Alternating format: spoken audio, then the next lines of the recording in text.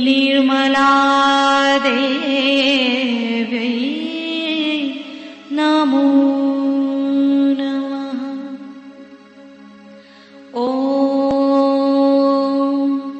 त्वमेव साक्षात् श्रीकल्की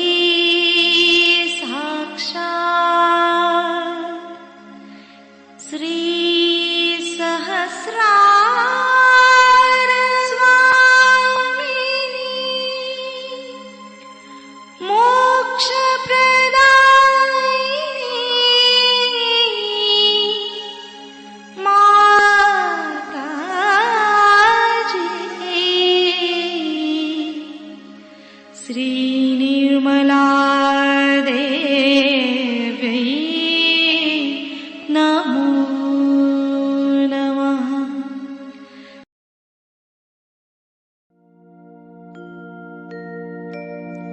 ॐ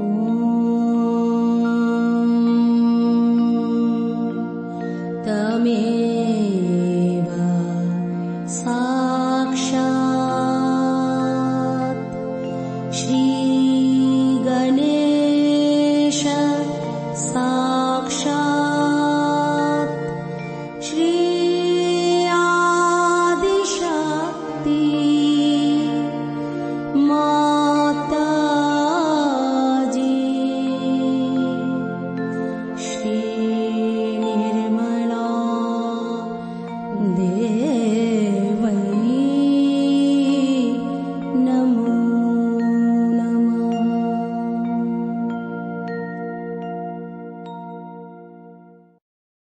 जय माता जी।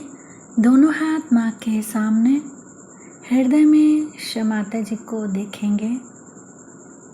परम पूजनीय श्री माता जी, कृपा करके हम सभी के हृदय में अपना स्थान ग्रहण कीजिए। बार बार श्री माता जी को हृदय में आवाहन करेंगे। श्री माता जी, कृपा करके हम सभी के हृदय में अपना स्थान ग्रहण कीजिए। श्री माता जी, हम सबको क्षमा कर दीजिए, हम सभी अज्ञानी हैं। संपूर्ण चित्त बीचों बीच हृदय में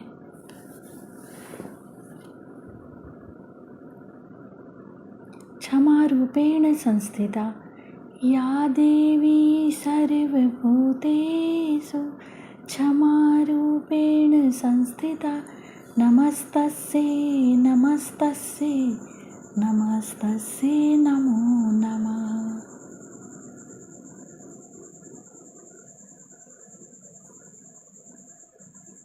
धीरे धीरे अपने संपूर्ण चित्त को दोनों हाथों पे अपने चित्त में श्री माता जी को हमेशा रखेंगे। धीरे धीरे अपने संपूर्ण चित्त को लेफ्ट विशुद्धि पे, बाएं विशुद्धि पे संपूर्ण चित्त। श्री माता जी, आपकी परम कृपा में मैं केवल एक शुद्ध आत्मा हूँ। श्री माता जी, आपकी परम कृपा में मैं केवल एक शुद्ध आत्मा हूँ, इसीलिए मैं दोषी नहीं हूँ। श्री माता जी, मैं बिल्कुल भी दोषी नहीं हूँ। श्री माता जी, मैं बिल्कुल भी दोषी नहीं हूँ। श्री माता जी, मैं बिल्कुल भी दोषी नहीं हूँ। संपूर्ण चित्त बाएं विशुद्धि पे ही श्री विष्णु माया मंत्र ओम त्वमेव साक्षात् श्री विष्णु माया साक्षात् श्री आदि शक्ति माता जी श्री निर्मला देव्यै नमो नमः।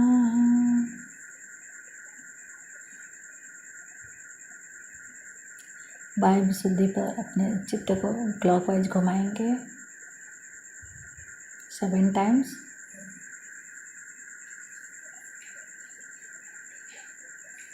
श्री माता जी, आप ही ने तो हमें आत्मा बनाया है, हमें सभी प्रकार के दोष भावनाओं से मुक्त कीजिए। क्षमात जी, कृपा करके हमें सभी प्रकार के दोष भावनाओं से मुक्त कीजिए।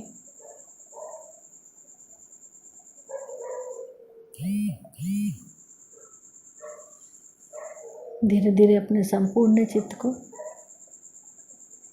लेफ्ट आज्ञा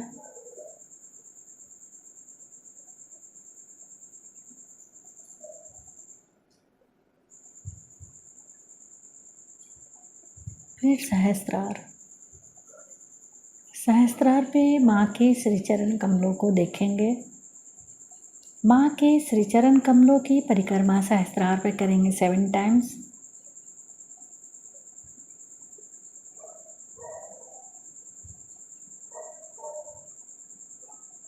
श्री माता जी, कृपा करके हमें निर्विचार कर दीजिए। आज हम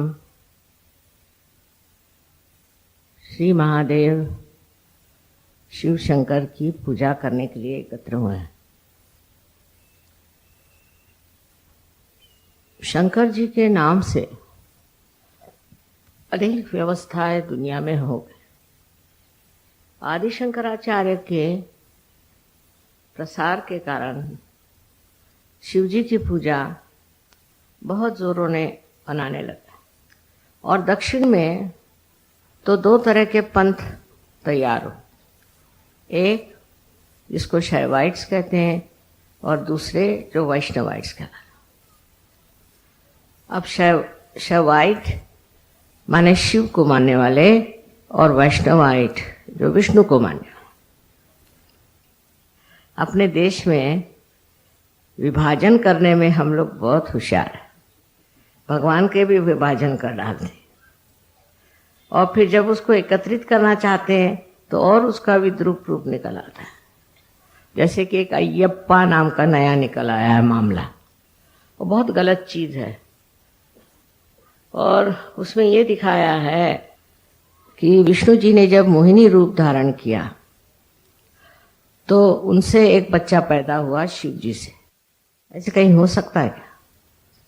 ऐसी गलत सलत बातें हमारे देश में बहुत निकल आती है और फिर उसी के अलग अलग संघ बन जाते हैं।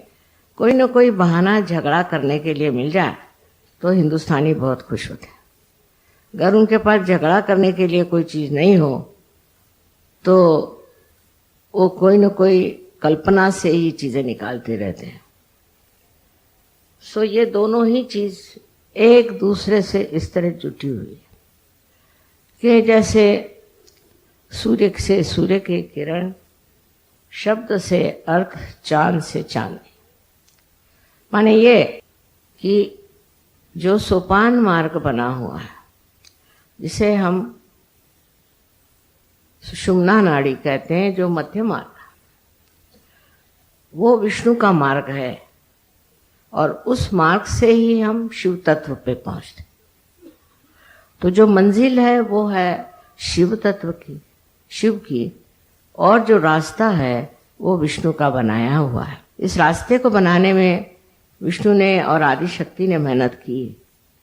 इसमें शिव जी का कोई हाथ नहीं। वो तो आराम से अपनी जगह बैठे हैं, जिसको आना है आए, नहीं आना नहीं है। सो इस शिव तत्व को प्राप्त करने के लिए हमें इसी विष्णु मार्ग से जाना चाहिए और उसके लिए जो अनेक चक्र हैं उनको पहले ठीक करना चाहिए।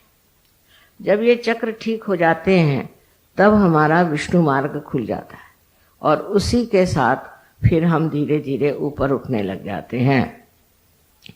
अब इन चक्रों के बारे में मैंने तो बहुत बताया था, पर हृदय में भी एक चक्र है जिसको हम कहते हैं लेफ्ट हार्ट।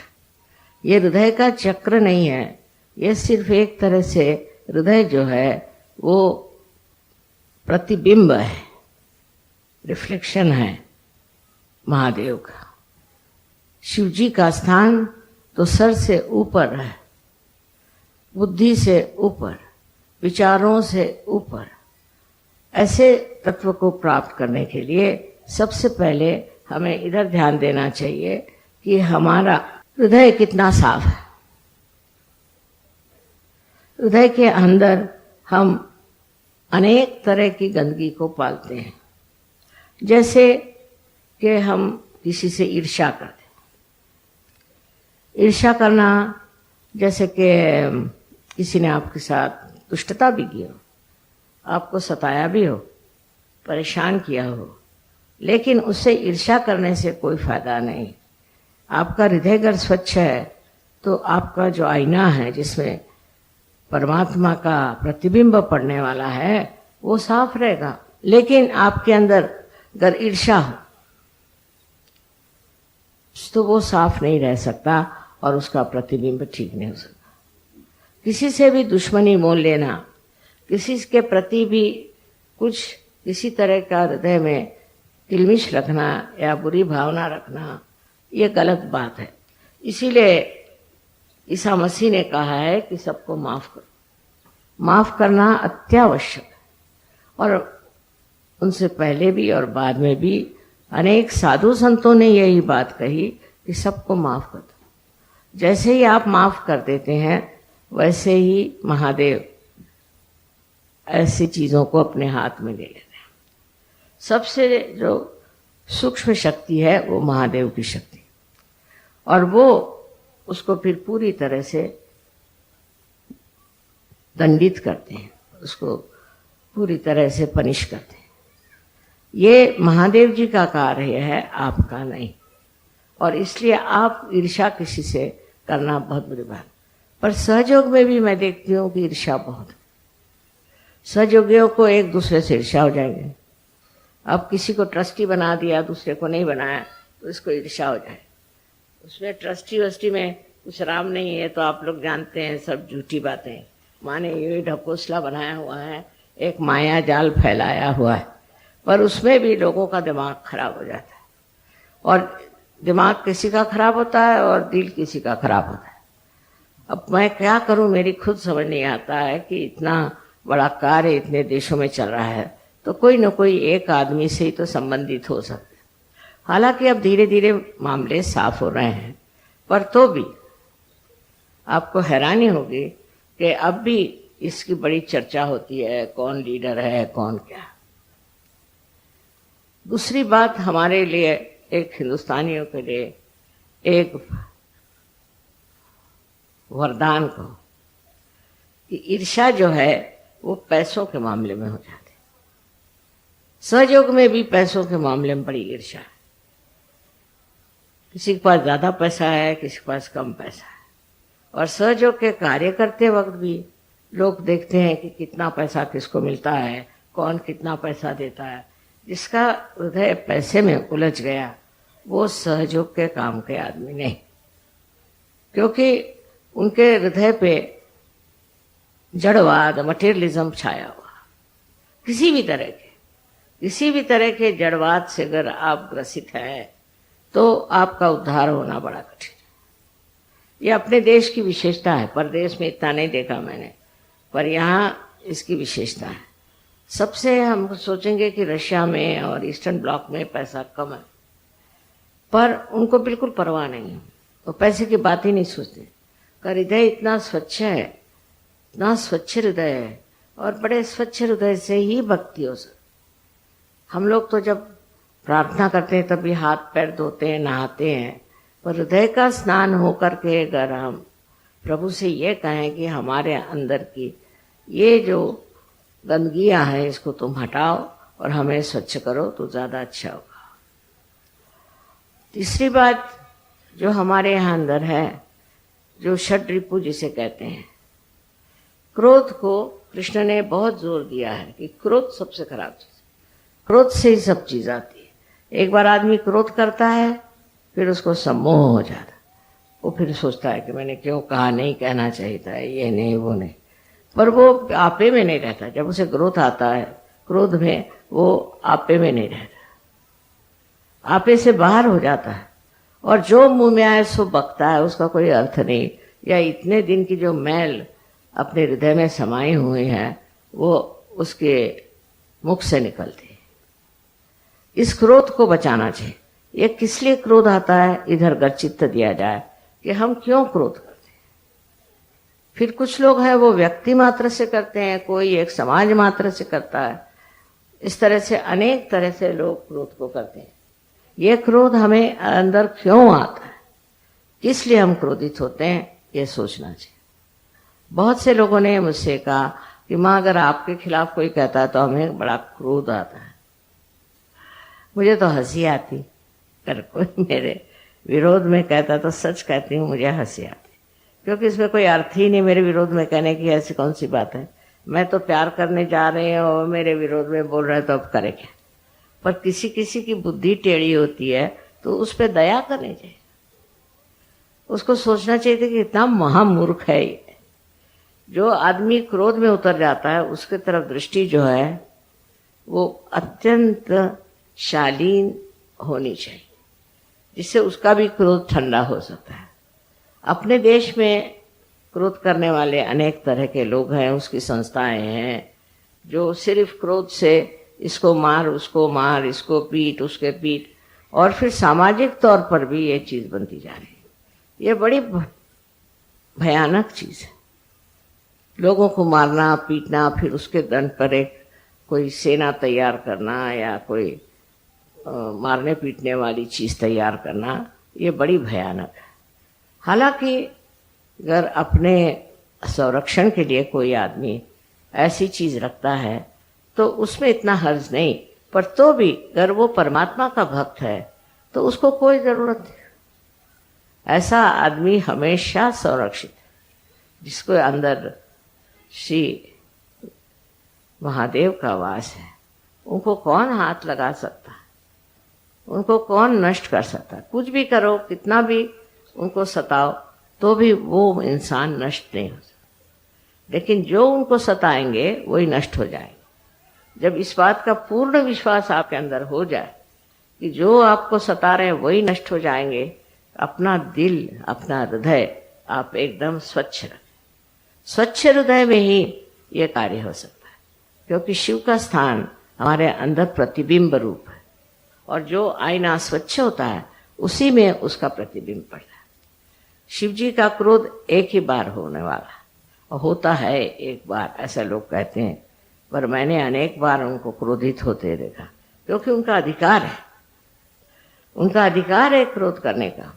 अगर कोई आदिशक्ति के विरोध में कार्य करता है तो शिव जी का हाथ बड़ा लंबा है, कुछ भी करो वो मानते नहीं हो, ठिकाना ही कर देते हैं, क्योंकि वो जानते हैं कि आदिशक्ति जो है वो तो कुछ नहीं करेगी, वो तो किसी को दंडित नहीं करेगी, वो सबको माफ कर देगी।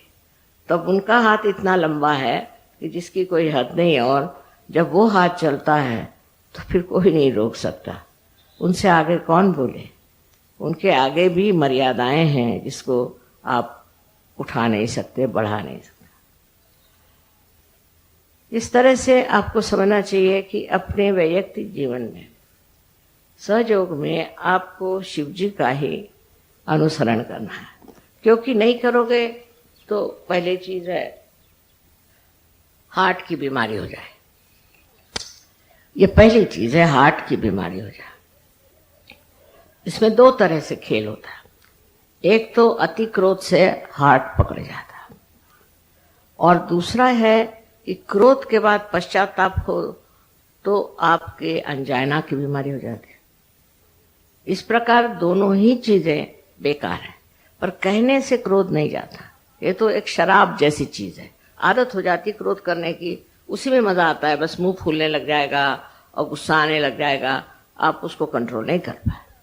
तो मैंने ये सोचा कि अगर शीशे के सामने बैठ के आप क्रोध करें अपने ऊपर, अपने को दो चार सुनाएं और शीशे के सामने बैठ के ये कहें कि मेरे जैसा महामूर्ख कोई नहीं, तब ये क्रोध शायद ठंडा हो जाए। ये भी मैं शायद ही कह रही हूँ, क्योंकि कभी कभी ये समस्याएं इतनी उलझी होती हैं कि उसको सुलझाना बहुत मुश्किल है। आगे चल के देखा गया है कि जितना हम किसी चीज ध्यान देते हैं और उस चीज के ऊपर हम जिसको कहते हैं रिएक्ट करते हैं, किसी ने कुछ कहा फौरन रिएक्शन होगा। ये प्रथा ज्यादा विदेश में, जैसे अब ये कारपेट बिछा, फौरन कह देंगे कि आई don't like it, I like it. ये कौन होते हैं आप कहने वाले? हर एक चीज को आजकल की फैशन है, I like it, I don't like it. हर एक आदमी जैसे कोई बड़ा भारी चिकित्सक है जो कहेगा कि मुझे पसंद है, मुझे पसंद नहीं, ये कहना ही नहीं चाहिए।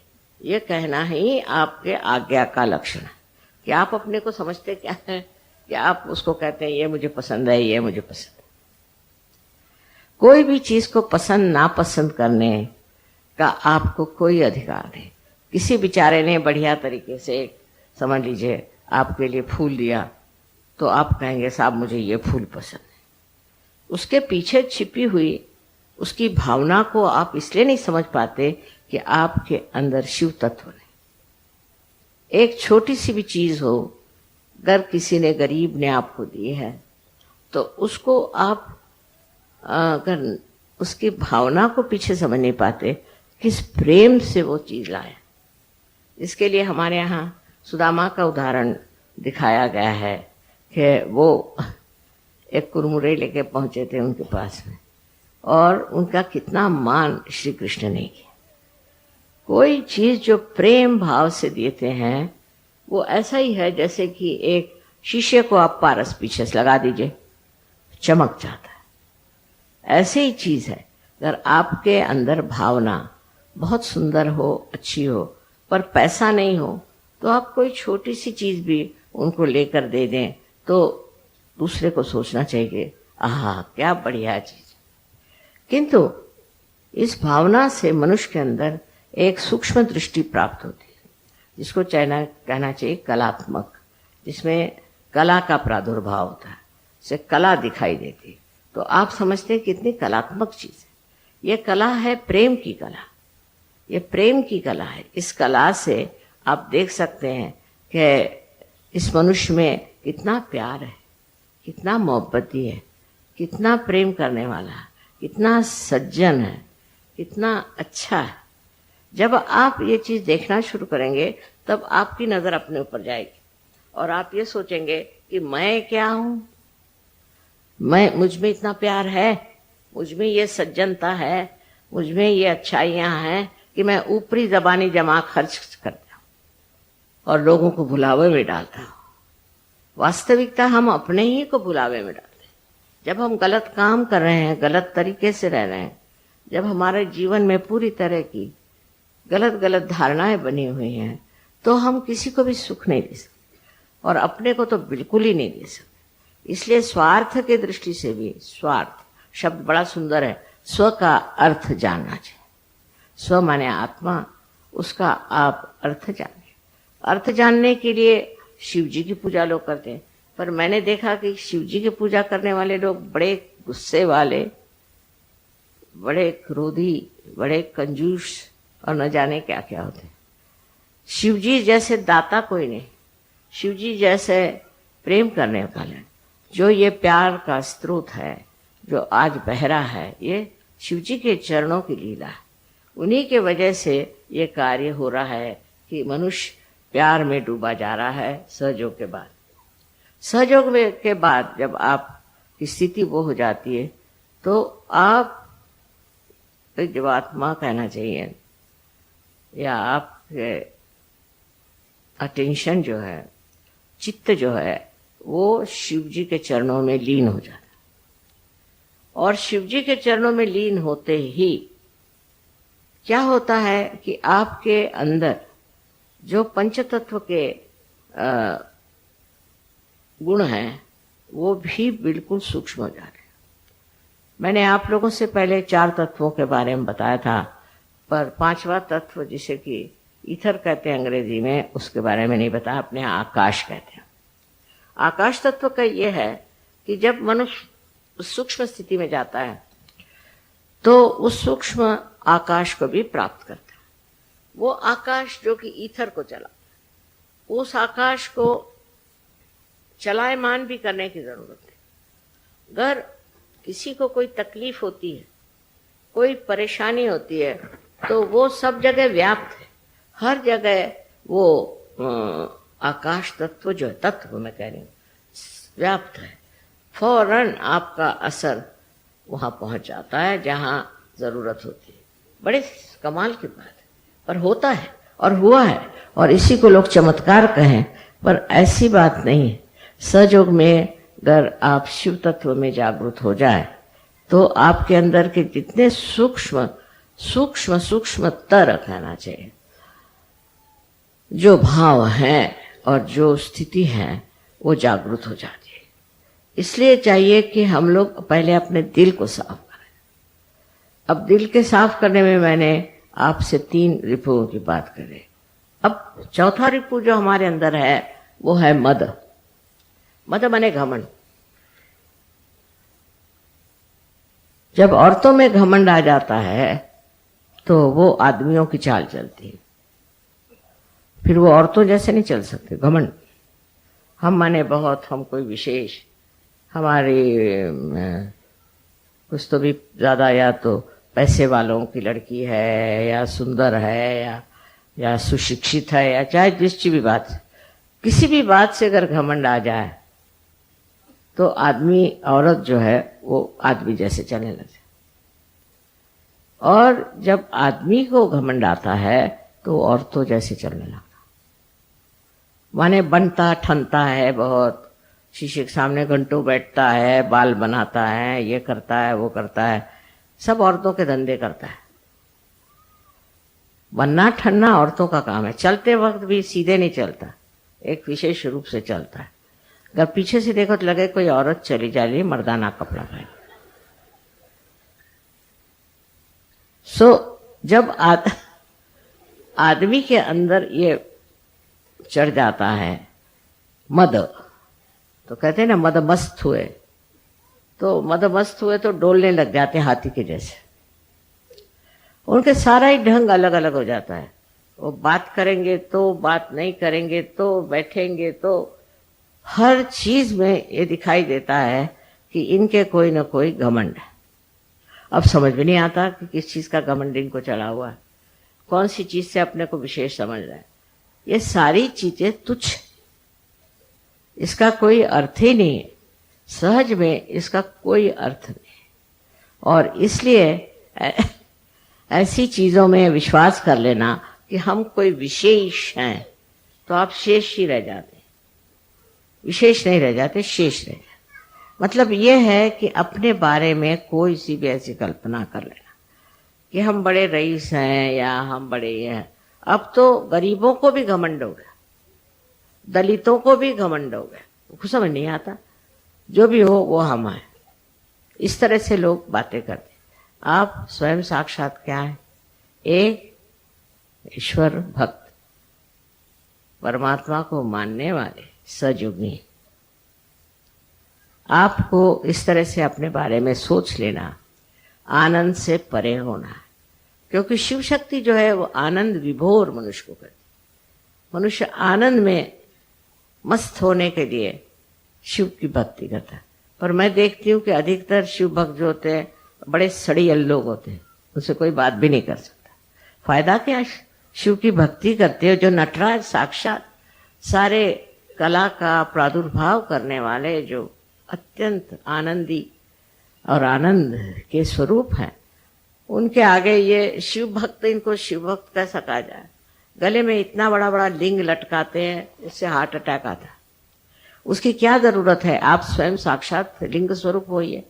वो न होते हुए वो जो कार्य करते हैं कि हम शिव भक्त हैं, लगे लड़ने शिव भक्ति करके, और उसके अलग अलग मार्क्स हैं।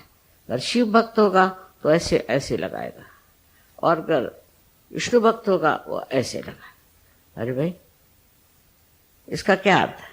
ऐसे लगाने का अर्थ है मैं तो ऊर्ध्वगामी है। ठीक है, आप ऊपर चढ़ रहे हैं ऊर्ध्वगामी, और पहुंच करके आप शांत। दोनों ही लगाना चाहिए, और नहीं तो लगाओ ही मत। इसका कोई अर्थ होना चाहिए कि जिस चीज को प्राप्त करने जा रहे हैं उसका ये सोपान मार्ग है, इस रास्ते से आप गुजर रहे हैं। इसमें एक एक गंदी चीजों को छोड़ते जाना है।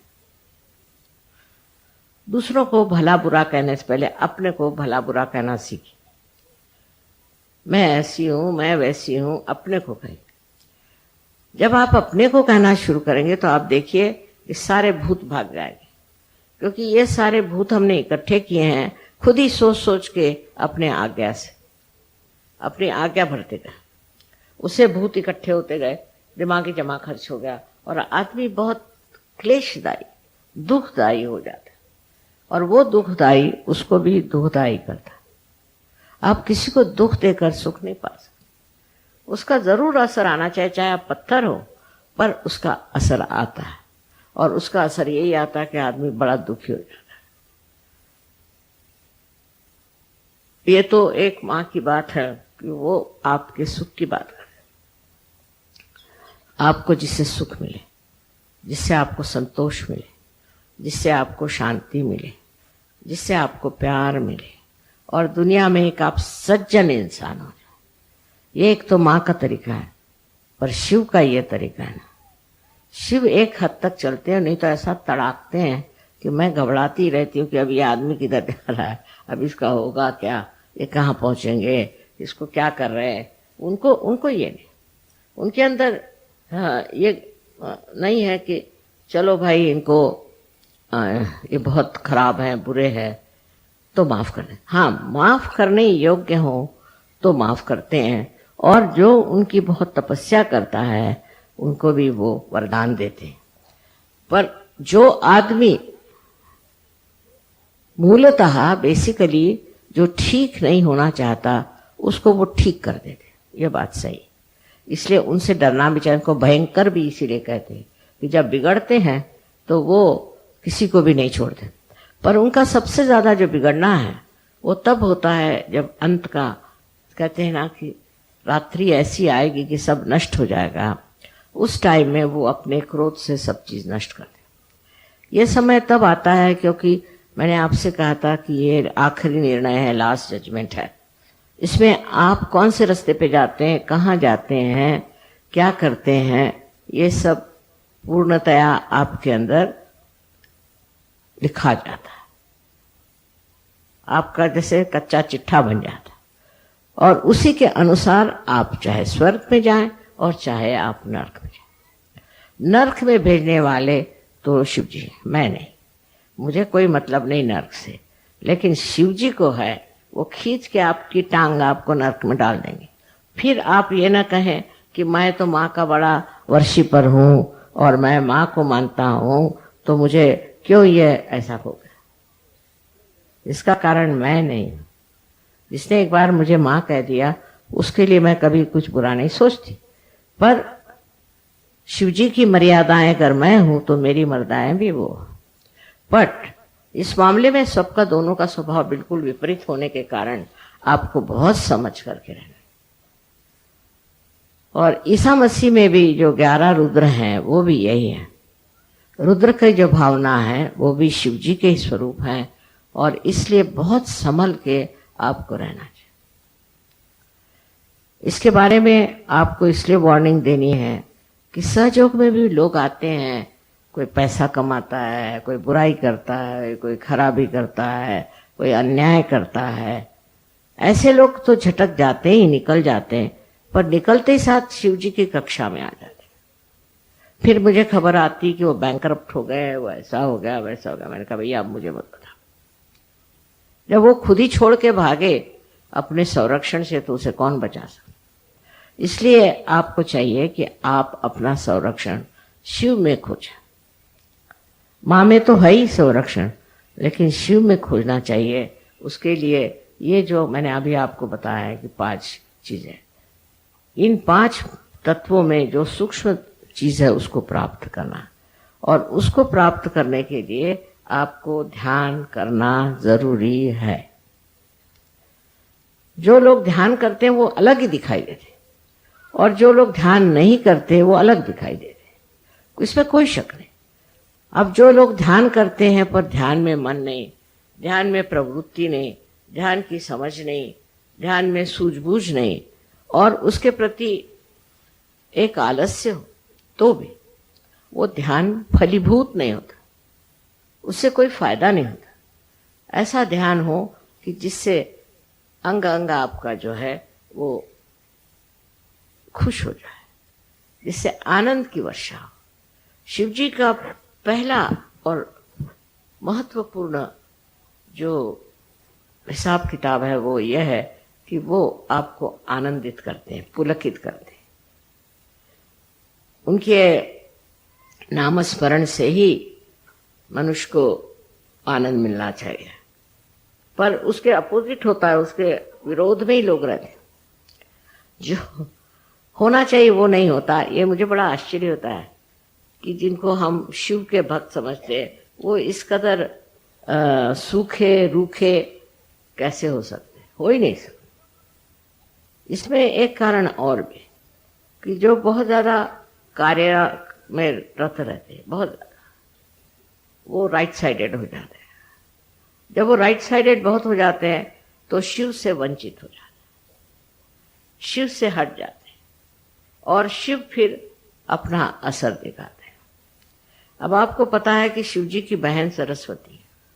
जो सरस्वती की पूजा करते हैं, माने जो पढ़ते हैं लिखते हैं, ये सब ज्ञान व्यान इकट्ठा करते हैं और इसके अलावा कला में बहुत रुचि रखते हैं, ऐसे जो लोग कला की ओर जिनकी रुचि है, ऐसे लोग जो हैं जो सरस्वती की पूजा करते हैं, उनकी वंदना करते हैं, उनको सबसे पहले ये जानना चाहिए कि ये शिव जी की बहन है। और आप जानते हैं बहन का रिश्ता बड़ा जबरदस्त होता है। अगर आप इनकी बहन की कहीं प्रवंचना करें या उससे कोई बुरे गुण ले लें या बुरी बातें करें, जैसे कि बहुत से लोग हैं गंदी गंदी किताबें लिख देते हैं, बहुत से लोग हैं जिनके पास ज्ञान है उसको उल्टा सीधा कर देते हैं, ऐसे लोगों पे शिव जी का हाथ बड़े जोर से पड़ता है, क्योंकि उनकी बहन जो है वो बड़ी महत्वपूर्ण है और उसकी प्रवंचना करना माने बहुत ही बड़ा गुनाह है, उनकी दृष्टि में बहुत बड़ा गुनाह है। और आदिशक्ति के लिए भी उनका बहुत कड़क नियम है, इसमें कोई शक नहीं, जरा इसको यकीन नहीं निकल रहा है। अब जो सहयोगी हैं उनको सबसे पहले अपनी ओर ध्यान देना। मेरा मतलब नहीं कि शीशे के सामने घंटों बैठे रहिए, बिल्कुल भी नहीं। शीशे के सामने बहुत बैठना भी एक बीमारी मानी जाती है, पर यह है कि आप अपनी तरफ नजर करें और अपनी तरफ नजर करके देखें कि मेरे अंदर कौन सी खराब, मैं कौन से गलत काम करती। अपने भारतीय संस्कृति में जो कुछ बताया गया है सीधा रास्ता उसे लेना है। आजकल नया जमाना आ गया है तो लोग सोचते हैं जैसे भी रहो ठीक है, ऐसी बात नहीं। हिंदुस्तान में रहते हुए आपको भारतीय संस्कृति के अनुसार पूर्णतया रहना है। आपका सारा जीवन का क्रम भी भारतीय संस्कृति से जुटा है, क्योंकि भारतीय संस्कृति में शिव तत्व का बड़ा महत्व है। सबसे ज्यादा जो है शिव तत्व का है, और शिव तत्व ने ही हमारी मर्यादाएं बनाई कि इस मर्यादा को आपने लांघा कि आप गए।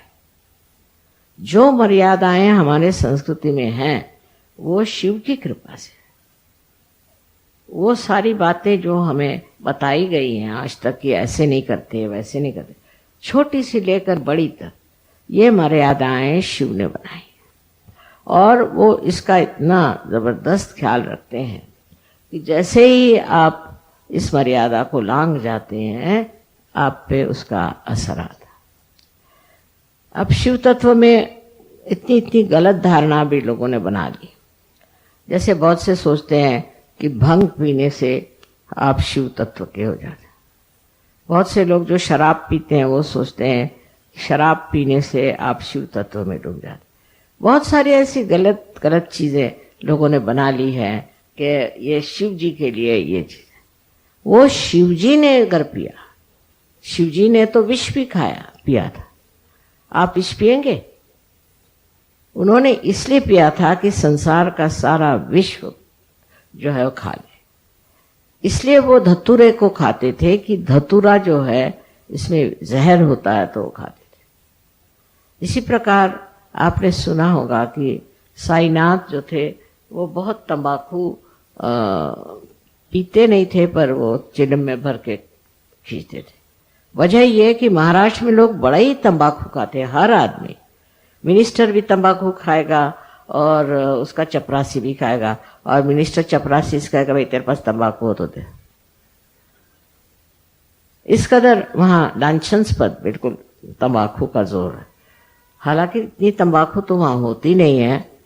पर पता नहीं क्यों लोगों को तंबाकू को बीमारी है। इतनी तंबाकू खाते महाराष्ट्र में लोग।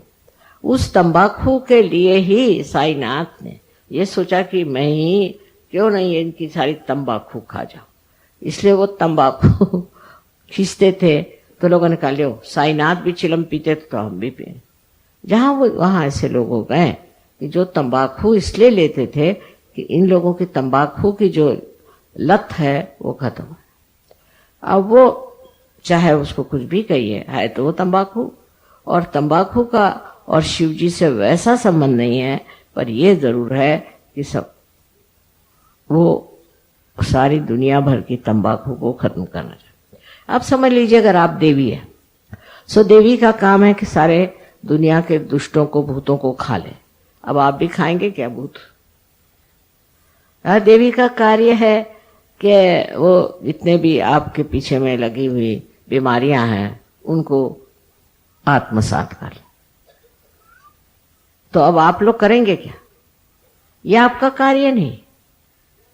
इसी प्रकार जो कुछ भी साधु संतों ने किया है वो सब करने के लिए तो अभी आपकी ये शक्ति है और नहीं आपका कार्य। आपका कार्य जो है वो अपनी स्वच्छता करना, अपने को ठीक करना। पहले आप उस दशा में पहुंच जाए, तब फिर सब मामला ठीक हो सकता है। पर अगर आप उस दशा में नहीं जाएंगे तो बेकार है। आपके लिए ये सारे उपद्व्याप करने से कोई फायदा नहीं। बहुत सारी चीजें हैं जिसका समर्थन हो सकता है गलत तरीके से, पर हमको अगर सही तरीके पे रहना है और सही मार्ग से चलना है तो सर्वप्रथम अपने हृदय को हम स्वच्छ करें। ये जो हमें आदतें लगी हैं, ये आदतें भी सारी हमारे हृदय पे असर करती। इसलिए पहले जमाने में ऐसा होता था कि जो भी विद्यार्थी आते थे उनको जंगलों में सोने कहते थे। वो जंगलों में रहे जहां सांप, बिच्छू, बकरियां सब लगे, वहीं रहो तो तुम्हारे ऊपर ऐशो आराम न चढ़े। ज्यादा से ज्यादा झोपड़ी में, जिसको कि गोबर से लिपा हुआ है, उसमें सुलाते थे। और बहुत सादगी का जीवन, कपड़े भी बहुत कम पहनने, जिसमें कि बच्चों को कपड़ों के प्रति लालच न हो। हमें ये कपड़ा पहनना है, हमें ये जूता खरीदना है, हमें ये खाना खाना है, ये सहयोगियों को कहना नहीं चाहिए। आपको मालूम है आपकी माँ कहीं भी रह सकती, कहीं भी सो सकती, कुछ भी खा सकती। तो ये जो चीजें अपने अंदर स्वाद, हमारे यहाँ जो इंसान देखो हिंदुस्तान का, उसको खाने पीने का बड़ा शौक। सहयोगी भी एक दूसरे को बुलाएंगे खाने पर आइए, काय को, औरतों को खासकर, कि जैसे ही कहीं जाओ तो कहे माँ आप हमारे घर खाने पर आ। मैंने कहा मेरे खाने का बड़ा गड़बड़ा काम है, मैं तो किसी होटल में नहीं खा सकती, मैं कहीं नहीं खा सकती, और घर में भी बगैर नमक बड़े चीनी के रहती हूँ। मेरे अंदर अस्वाद है, बचपन से अस्वाद। मैं हर हालत जो मिले सो खाती हूँ, पर हम लोगों की जो जबान है बड़ी चटोरी है हिंदुस्तानियों, चाहे वो यूपी वाले हों, पंजाबी हों, चाहे दक्षिण के हों, खाने के मामले में हिंदुस्तानी बहुत एक्सपर्ट है। और आदमियों को बुद्धू बनाते हैं खाना खिलाकर। हमारे हस्बैंड को ये पसंद है, हमारे हस्बैंड को वो पसंद है, करें क्या? उसकी गुलामी करेंगी, हस्बैंड को प्लीज करेंगी, उनको ये करें। रात दिन खाने पीने की बात अगर करे तो सजोगी नहीं। अब बाबा, जब मैं वहां थी मिलान में, वहां जब प्रोग्राम हुआ गुरु पूजा में, मैंने खुद खाना बना, क्या करें। 4 साल तक मैं वहां खाना बनाती रही, क्योंकि दूसरे लोग अच्छा खाना नहीं बनाते थे। लोग कहते माँ ये तो प्लास्टिक के जैसे करा, पर हिंदुस्तानी उसमें विशेष।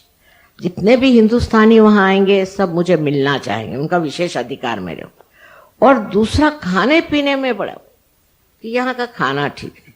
अब एक और नई चीज शुरू हो गई हिंदुस्तानियों में कि अटैच्ड बाथ चाहिए। इनके बाथरूम्स घरों में जाके देखो तो कैसे इनके माँ बाप रहते थे, इनको अटैच्ड बाथरूम, वो भी अंग्रेजी ढंग का। मैं इसलिए आज कह रही हूं कि इससे बड़ा परेशान कर दिया। गणपतिपुळे में उनके लिए अलग से मैंने बाथरूम बना दिया, बाबा अंग्रेजी बना दो।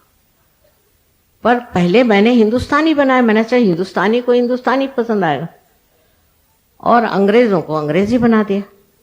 तो ये फरमाते कि नहीं हमको अंग्रेजी चाहिए, बताओ। मैंने कहा यहां अभी स्ट्राइक शुरू हो जाएगा। मैंने कहा लोटा लेके जंगल में जाओ, यही तुम्हारा इलाज है।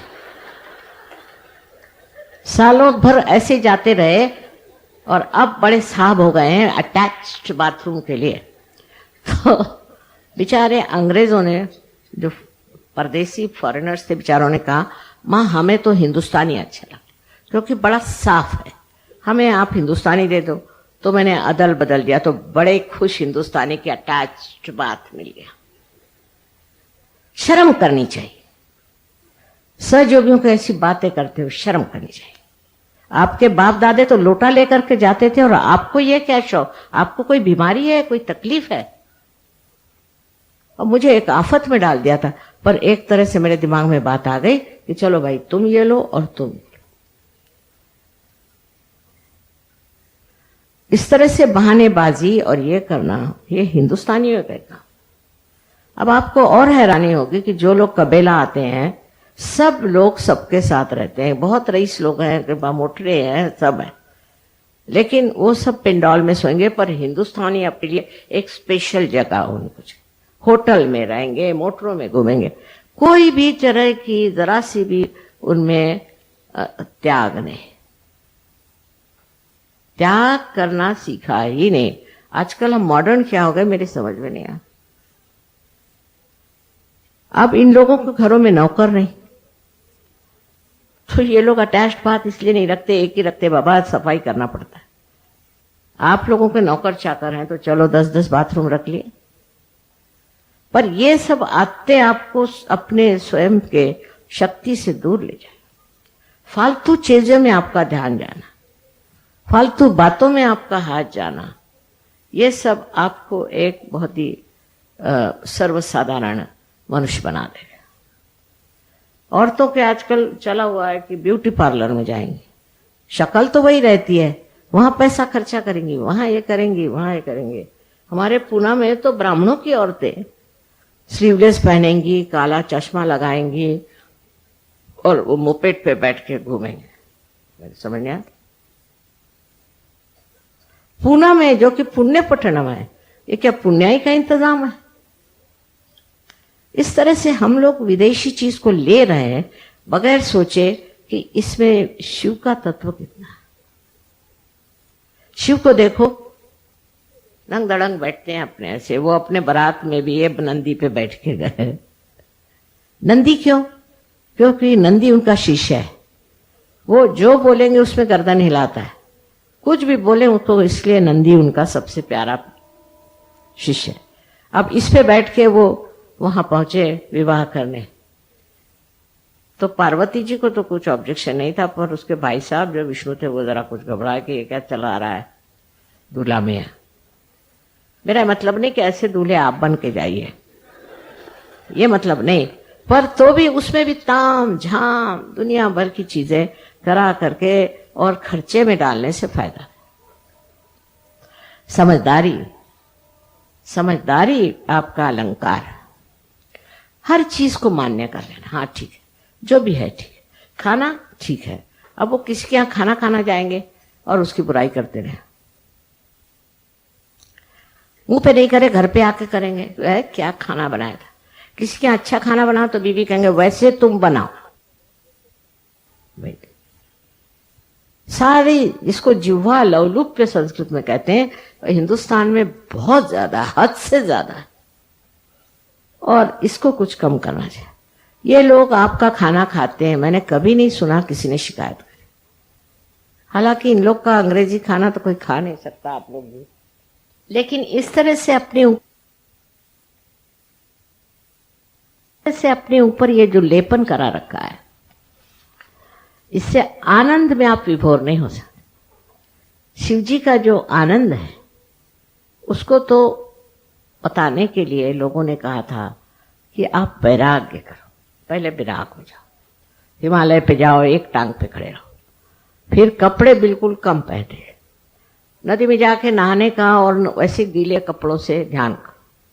सारे कष्ट शरीर को देते थे। और गुरु लोग अब भी मारते पीटते हैं, बहुत सताते हैं। ऐसे थोड़ी बैठे बिठाए पार करा दे, ना, काफी आफत कराते हैं और तब उसके बाद लोग पार होते हैं। पर उनका जो पार होना है वो जम जाता है, स्थिति है। और आप लोगों को ऐसे ही प्यार करा दिया, अब वो बाकी के पीछे की चीजें तो चल ही रही सर, वो आफत तो चल ही रही है। अब उसको क्या करें, तो उसको ही छांटना है। इन सब चीजों को जो हमने जोड़ लिया है, इसको छांटना है, खत्म करना है। और उसको उपद्रव करने की जरूरत नहीं, कि कोई वैराग्य लेने की जरूरत नहीं, घर द्वार छोड़ने की जरूरत नहीं, किसी भी तरह का द्राविड़ी प्राणायाम कहते हो करने की जरूरत नहीं। पर एक चीज जरूर है,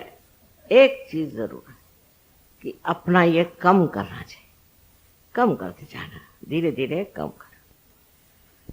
अस्वाद अंदर आना चाहिए, बहुत जरूरी। अस्वाद एक बड़ी भारी चीज है। लोग बहुत नाराज होते थे, अगर खाना उनके समझ में नहीं आया तो थाली फेंकेंगे, कहीं मारेंगे पीटेंगे नौकरों को, पता नहीं क्या करते। अगर आपके अंदर अस्वाद आ जाए तो बहुत हलवाइयों की दुकानें भी बंद हो जाएंगी मेरे ख्याल से। बहरहाल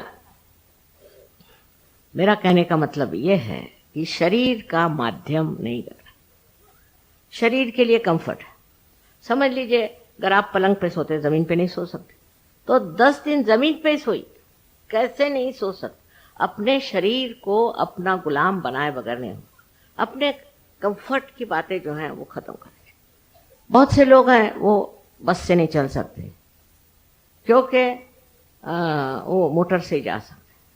फिर इसकी मोटर मांग, उसकी मोटर मांग, इसमें बैठ, उसमें बैठ। पर कोई भी ये नहीं सोचेगा चलो आज बस से चल के देख क्या होता है। और पहले तो बस भी नहीं थी, लोग चलते ही थे।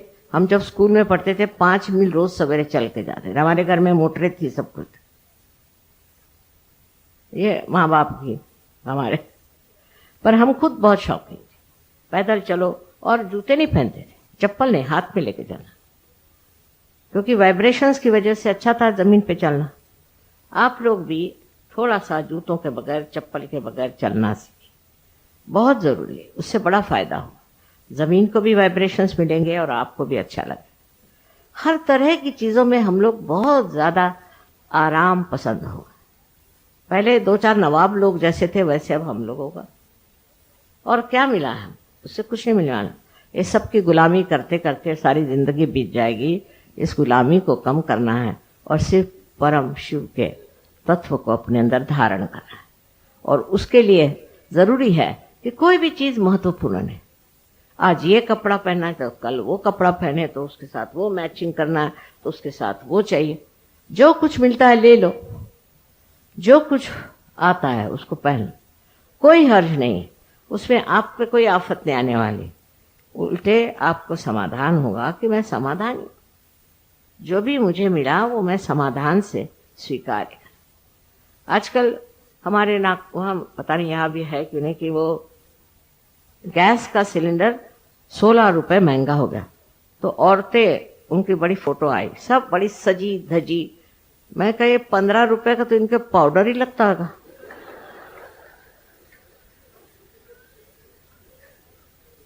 ये लोग कहे कि ये वो जा रहे हैं कि हम जा रहे हैं अब स्ट्राइक पे, काहे के लिए, क्योंकि 15 रुपए बढ़ गए। और तनख्वाहें आपकी इतनी बढ़ गई वो किसी को नहीं दिखाई। हम अपने सर्वेंट को पहले समझ लो कुक को 20-25 रुपए देते थे, आज 2,500 रुपए मिले। अब वो भी शिकायत करेगा, उसको कपड़े भी मिलते हैं, सब मिलता है। कितनी भी तनख्वाह बढ़ जाए तो क्या दाम नहीं बढ़ेंगे? जहां तनख्वाह ज्यादा मिलती वहां दाम बढ़ते हैं। वो सोने की बताते ना कि जब लंका में आप सोने की ईंट मिलती, एक साहब गए सोने की ईंट लेने, तो देखा क्या कि एक दिन उन्होंने काम किया तो उनको 2 ईंटें मिली। उसके बाद वो नाई के पास गए उनकी शेव करने के लिए, तो उसने कहा कितना चार्ज कर? 2 ईंटें। जैसी कमाई वैसा खर्चा, एक समझदारी की बात है। तो लग गए उसी के पीछे में कि भाई महंगाई हो गई, ये हो गया। मेरे तक शक आता था, मैं तनख्वाह कितनी बड़ी तुम्हारी, बहुत बहुत बड़ी। फिर तुम्हें महंगाई का रोना कैसे? जब तनख्वाह बढ़ेगी तो महंगाई होनी है। आपकी तनख्वाह तो बढ़ जाए और महंगाई न हो, ऐसा कैसे हो सकता है? ये सर्वसाधारण चीजें अगर हमें आ जाए तो सामाजिकता में भी हम शिव का तत्व करें। अब गांधी जी जैसे थे, बड़े ही जबरदस्त, उनके साथ मैं थी, आश्रम में रहते थे, मुझे कुछ नहीं होता था, पर सब लोग रोते थे, क्योंकि उनका था कि सबके बाथरूम साफ करो, सब मेहमानों के, सब। वो जमादार नहीं रखते थे, और अपने कपड़े खुद दो, अपनी थाली खुद दो, और खाने में सब खाना बॉइल्ड, उसके ऊपर सरसों का तेल आप ले सकते। अब बताइए कितने लोग हिंदुस्तानी खा सकते हैं वो खाना? बस 2-3 दिन रहते थे और भाग जाते थे, ये हालत थी। अब आप लोगों को भी थोड़ा अस्वाद सीखना चाहिए। अब अस्वाद के लिए ऐसा है, मेरे तो पता नहीं कैसे छूटता है, पर आप अगर खाना थोड़े दिन उबलाई खाए तो कैसे क्या रहेगा? कोई माँ अपने बच्चों को ये नहीं कहेगी, लेकिन मैं क्या करूं, इसमें शिव तत्व खराब हो रहा है। सब लोग अगर खाने पीने में लगे रहें तो आपका शिव तत्व गायब हो जाएगा, तो सारी मेहनत ही बेकार जाएगी। इसलिए खाने पीने में बहुत ज्यादा रत रहना कोई अच्छी बात नहीं। पहले जमाने में लोग 1 आध दिन उपवास भी करते थे, कुछ न कुछ अपना त्याग करते थे, पर आजकल बड़ा मुश्किल है ऐसा कहना कि आप अगर संतुष्ट हो जाए, समाधानी हो जाए, तो आपको कोई ज़रूरत नहीं है, बिल्कुल ज़रूरत नहीं है कि आप हर समय खाने पीने की बातें करें और अपने यहाँ खाने पे बुलाएं। फिर हमारे यहाँ एक जाति पाति बहुत है कि अगर कायस्थ हैं तो अलग हैं, हिंदू है वो क्या ब्राह्मण है तो अलग है, फलाने अलग हैं। अब भी है। अब क्या होगा कि जो कायस्थ सहयोगी हैं वो सब एक हो गए, ब्राह्मण सहयोगी एक हो गए। अरे भाई अब तुम सहयोगी हो गए, अब भी काय को ये कर रहे हैं ब्राह्मण और ये हो। फिर कायस्थों को खाने पर बुलाएंगे और ब्राह्मण ब्राह्मणों को खाने पर बुलाएंगे। अब ये इस तरह की मूर्खता अगर करनी है तो सहयोग में काय को आए? सहयोग में जाति पाति ये कुछ है नहीं, और तो आपकी वही नहीं मिटी जो बिल्कुल मूलतः गलत चीज है, तो अब क्या मिटने वाला है? शिव जी को था क्या जाति पाति? वो तो एकाक्ष को किसी की टांगे टूटी हुई, किसी का हाथ टूटा हुआ, ऐसे सब लूले बुले ले करके और अपनी बारात में ले गए थे। तो ऐसे शिव तत्व में आपके लिए बहुत ज्यादा ये कटाक्ष रखना कि हम तो भाई बहुत पर्टिकुलर हैं कि खाना जो है ऐसा होना है। फिर कायस्थों का अलग, ब्राह्मणों का अलग, और जातियों का अलग, राजपूतों का अलग, सबका अलग अलग। अब वही खाना खाइए। मुझे कभी भी समझ में नहीं आता, आज तक समझ में नहीं आया कि ऐसे अलग अलग खाने में ज्यादा आनंद आता है, तो ये लोग क्यों ऐसा ही खाना मांग? क्या वजह? बंगालियों को बंगाली, मद्रासियों को मद्रासी। तो मैंने एक बार कहा कि हमारे एयरफोर्स में, एरोप्लेन्स में कोई अच्छा स्टैंडर्ड खाना क्यों नहीं? पहले माँ ये बताइए कि हिंदुस्तान का स्टैंडर्ड खाना कौन सा? ये तो बात सही। तुम कर कोई खाना बनाओ तो कहेगा ये तो मद्रासी का, मद्रासी कहेगा ये क्या बिहारी है, फलाने का ढिकाने का ढिकाने। तो इसलिए सब तरह का खाना खाना आना चाहिए, क्योंकि यहां से सब चीज शुरू हो जाती।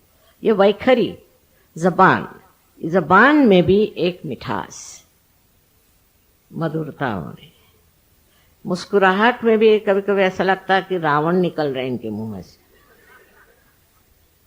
तो बोलने का क्या कहना, जब बोलते हैं तो लगता पता नहीं ये कौन चंडिका बोल रही कि क्या बोल रही है। औरतें बड़ी तमाशा और आदमी भी बहुत तमाशा। अजीब अजीब चीजें ऐसी बन गई हैं। इसमें शिव तत्व कहाँ है? शिव तो प्रेम का महासागर है। वो तो राक्षसों को भी उन्होंने वरदान दिए,